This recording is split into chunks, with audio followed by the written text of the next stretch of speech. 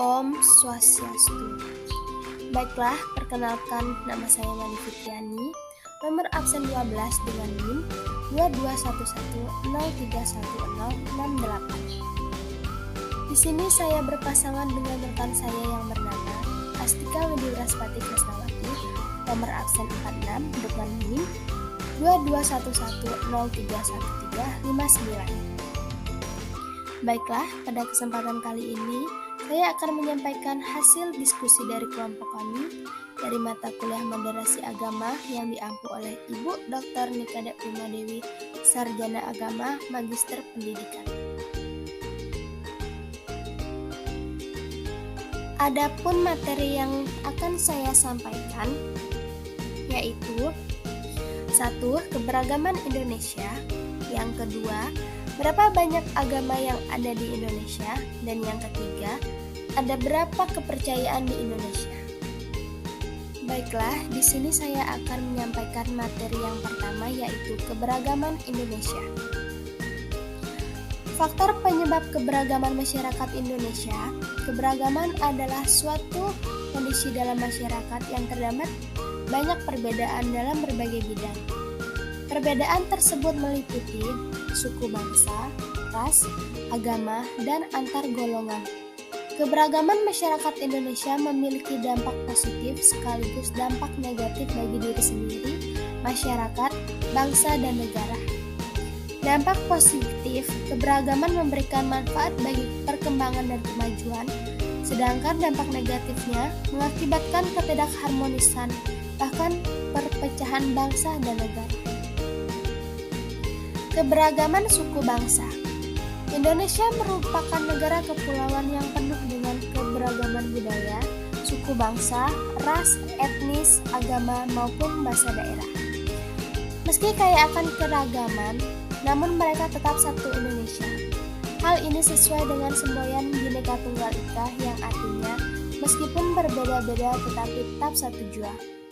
Keberagaman suku bangsa yang dimiliki Indonesia menjadi kekayaan bangsa. Adapun beberapa faktor munculnya keberagaman yakni 1. Letak geografis. Indonesia merupakan negara kesatuan yang memiliki ribuan pulau. Luas wilayah Indonesia yang besar berpengaruh terhadap banyaknya keberagaman yang dimiliki. Kondisi itu menjadikan sumber keragaman tercipta seperti suku budaya, ras, dan golongan. Dengan kondisi tersebut menimbulkan perbedaan dalam masyarakat. Kedua, kondisi iklim dan alam yang berbeda. Kondisi iklim dan alam antar wilayah di Indonesia berbeda. Perbedaan musim hujan dan kemarau antar daerah, perbedaan kondisi alam seperti pantai, pegunungan mengakibatkan perbedaan pada masyarakat. Dan yang ketiga, pengaruh kebudayaan asing. Keberagaman bisa muncul karena pengaruh kebudayaan asing yang memiliki ciri yang berbeda, biasanya lewat komunikasi atau mereka datang ke Indonesia. Sehingga terjadi akulturasi atau pencampuran unsur kebudayaan asing dengan kebudayaan Indonesia. Di sini saya akan melanjutkan materi dari teman saya, yaitu keragaman ras di Indonesia. Keragaman ras di Indonesia antara lain 1. Negroid. Negroid adalah ras kulit hitam. Karakter fisik khasnya adalah dahi yang menurun, bibir tebal, hidung lebar, dan rambut gelap. Selain itu, tubuh ras Negroid juga cenderung lebih pendek, walaupun ada juga yang bertubuh tinggi. 2. Mongoloid. Mongoloid adalah istilah yang pernah digunakan untuk menunjuk fenotipe umum dari sebagian besar penghuni Asia Utara, Asia Timur, Asia Tenggara, Madagaskar, di lepas pantai timur benua Afrika, beberapa bagian India Timur Laut, Amerika Utara, Amerika Selatan, dan Oseania. Ciri khas utama yang dilihat pada ras ini adalah rambut berwarna hitam yang lurus, bercak Mongol pada saat lahir, dan kelopak mata yang unik yang disebut dengan istilah mata sipit. Selain itu, perawakan ras Mongoloid seringkali berukuran lebih kecil dan pendek daripada ras Kaukasoid. Ras yang ketiga adalah ras Australoid. Australoid adalah nama ras manusia yang mendiami bagian selatan India, Sri Lanka, beberapa kelompok di Asia Tenggara, Papua, Kepulauan Melanesia, dan Australia.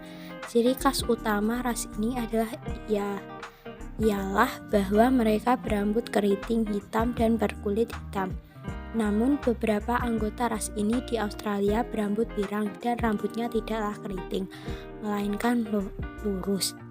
Yang keempat, Kaukasoid. Kaukasoid merupakan satu dari 4 jenis ras yang ada di bumi. Ras ini identik dengan kelompok manusia berkulit putih.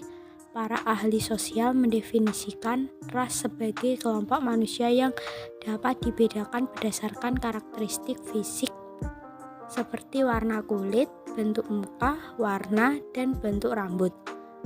Yang kelima ada Khoisan. Khoisan adalah istilah yang mengacu kepada penduduk asli di Afrika bagian selatan yang memiliki ciri fisik dan bahasa yang berbeda dengan mayoritas suku Bantu di wilayah tersebut. Secara kultural, suku Khoisan terbagi menjadi suku San yang merupakan pemburu pengumpul dan suku Khoi yang merupakan peternak. Berapa banyak agama di Indonesia? Ada 6 agama yang diakui oleh pemerintah di Indonesia antara lain 1. Islam. Agama Islam masuk ke Indonesia sekitar abad ke-7 atau 8 melalui para pedagang dari Arab dan Persia. Islam terus berkembang hingga kini menjadi kepercayaan yang dianut mayoritas penduduk Indonesia. Kitab sucinya yaitu Al-Quran. Nama nabinya Nabi Muhammad SAW. Hari besarnya Idul Fitri, Idul Adha, Tahun Baru Hijriah, dan Isra Mi'raj. Tempat ibadahnya masjid. Yang kedua, Katolik. Agama Katolik pertama kali muncul di Kepulauan Maluku. Agama ini dibawa oleh bangsa Portugis ke Indonesia, yang saat itu datang untuk mencari rempah-rempah. Rakyat Maluku pun menjadi penganut pertama dari agama Katolik di Indonesia. Kitab suci dari agama Katolik yaitu Alkitab. Nama pembawanya Yesus Kristus, Hari Besar, Natal, Jumat Agung, Kenaikan Isa Al-Masih, Paskah. Tempat ibadah gereja. Yang ketiga, Kristen Protestan. Agama Kristen Protestan muncul pertama kali di Belanda pada abad ke-16 yang dipengaruhi oleh ajaran Calvinisme dan Lutheran. Kristen Protestan pun masuk ke Indonesia bersama para penjajah dalam misi gospel.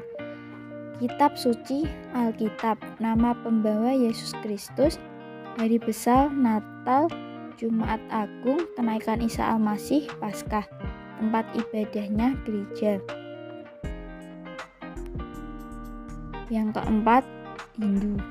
Hindu pertama masuk ke Indonesia melalui jalur perdagangan. Bangsa Cina dan India membawa agama Hindu diperkirakan pada awal abad ke-4, ditandai dengan berdirinya Kerajaan Kutai dan Tanumanegara. Hindu menjadi salah satu agama tertua di Indonesia. Kitab suci Weda, Hari Besar, Nyepi Saraswati Pagerwesi. Tempat ibadah Pura.